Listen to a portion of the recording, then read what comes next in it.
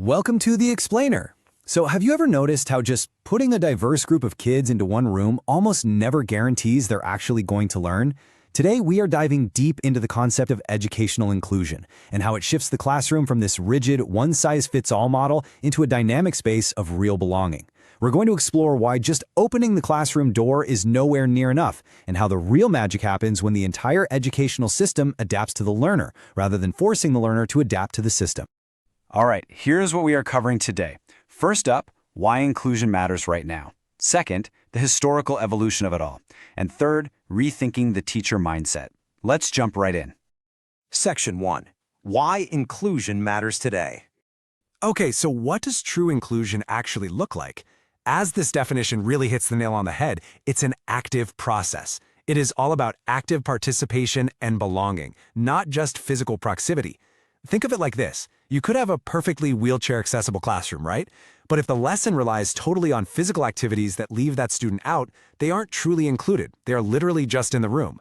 Real inclusion means we're actively strengthening the capacity of the whole system, the curriculum, the assessments, the social dynamics, so every single learner feels genuinely welcomed, valued, and completely capable of succeeding. Now, here is a crucial point we have to grasp. Diversity is not an exception in education. It is the norm. Every classroom is inherently diverse. A neurodivergent student, a kid speaking a second language, a student from a lower-income background, someone with a physical disability. These aren't rare edge cases we just need to build a temporary workaround for. Diversity is the absolute baseline. Once we fully accept that, we stop trying to fix students to fit some rigid, pre-made mold. Instead, we start using their unique backgrounds as a massive collective strength. And honestly, research backs this up entirely. Students simply learn better, engage deeper, and perform higher when they feel safe and deeply connected. Participation and belonging are literally the core engines of learning. Which brings us to a huge contrast: traditional teaching versus inclusive teaching. Traditional teaching often runs a bit like a factory conveyor belt. It assumes everyone learns at the exact same speed and absorbs the exact same lecture-heavy material. But honestly, a fast-paced spoken lecture might completely sideline a multilingual learner or a student with attention difficulties. Inclusive teaching completely flips the script.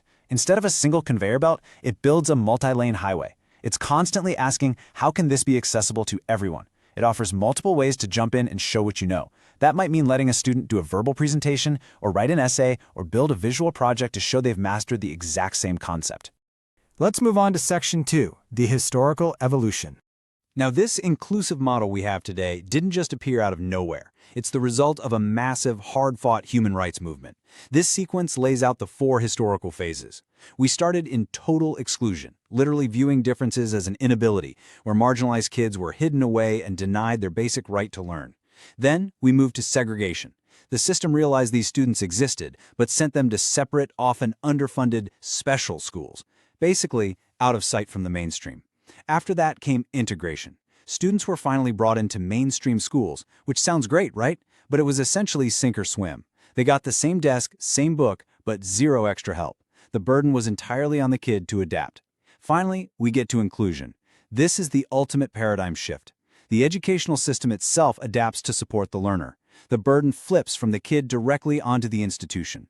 You can actually track this global commitment expanding over time. In 1948, the Universal Declaration of Human Rights laid the philosophical groundwork, stating education is a right for absolutely everyone without discrimination. But the real earthquake hit decades later with the 1994 Salamanca Statement. This was a massive game-changer because it explicitly insisted ordinary, mainstream schools must accommodate all learners. It challenged the whole idea of segregated special education as the default, and fast forward to the present, the 2015 Sustainable Development Goal 4 cements it. SDG 4 demands practical, measurable action from governments worldwide to actually fund, enforce, and ensure inclusive, equitable, quality education for everyone. Section 3. Rethinking the teacher mindset. Now, sweeping international policies and history mean absolutely nothing if the individual classroom is bogged down by unconscious biases. Let's look closely at these quotes. Some students just aren't motivated. Technology will solve inclusion automatically. Have you heard these before? I mean, if a teacher assumes tech is a magic wand, they might just hand a tablet to a student with a learning disability and walk away, completely missing the human support and tailored instruction that kid actually needs. These common stereotypes are super dangerous. because they quietly dictate who gets to participate and they lower academic expectations before a lesson even gets off the ground. And the crazy thing is, exclusion often happens completely unintentionally through implicit bias. We're talking about those unconscious attitudes that drive our split-second judgments. Think about a fast-paced classroom. A teacher makes hundreds of tiny decisions every single hour. That might mean automatically calling on the exact same confident student who always raises their hand, leaving everyone else in the dust. Or maybe it's assuming a quiet kid just doesn't get the material, when actually they might just be processing it differently. Or maybe they come from a culture where speaking over an adult is seen as disrespectful. Kids absolutely sense when they aren't expected to succeed. True inclusion absolutely requires us to step back, catch ourselves in these patterns, and actively interrupt them. This shift in mindset totally mirrors how we've historically viewed disability itself. On one side, we have deficit thinking. This is the old medical model, pointing the finger directly at the learner, viewing them as broken or lacking something. It treats the student as the problem. But on the other side, we have asset-based thinking. This aligns with the social model, which says, hey, the barriers are in the environment, not the kid. Asset-based thinking looks at a student's multilingualism, their cultural heritage, their neurodivergence as a huge, profound resource that enriches the whole room. It flips the teacher's starting question from what's wrong with this student to what awesome, unique strengths is this learner bringing to the table. So to make these concepts a reality, we have to do some slightly uncomfortable self-reflection. Let's start with a simple question about our daily interactions. Who participates most in my classroom? Seriously, take a mental step back and look at your environment. Who speaks the most? Who feels the most confident sharing? And who is getting the bulk of the high fives and encouragement? Then we must deliberately seek out the gaps. Who may remain silent or invisible?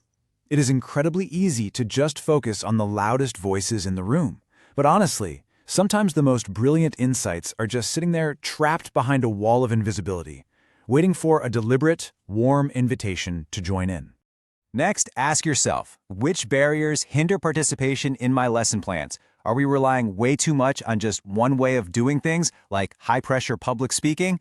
What if a collaborative digital board or a quiet small group chat could completely unlock a student's potential and foster a much stronger sense of belonging? And finally, I leave you with this one. What assumptions might influence my teaching decisions? Creating a true sense of belonging for every learner isn't a destination reached by a policy mandate in a textbook. It's a daily, intentional practice of dismantling our own biases to make room for every single mind in the room. So looking closely at your own everyday environments, who are you unintentionally leaving out? And what specifically will you change tomorrow to invite them in?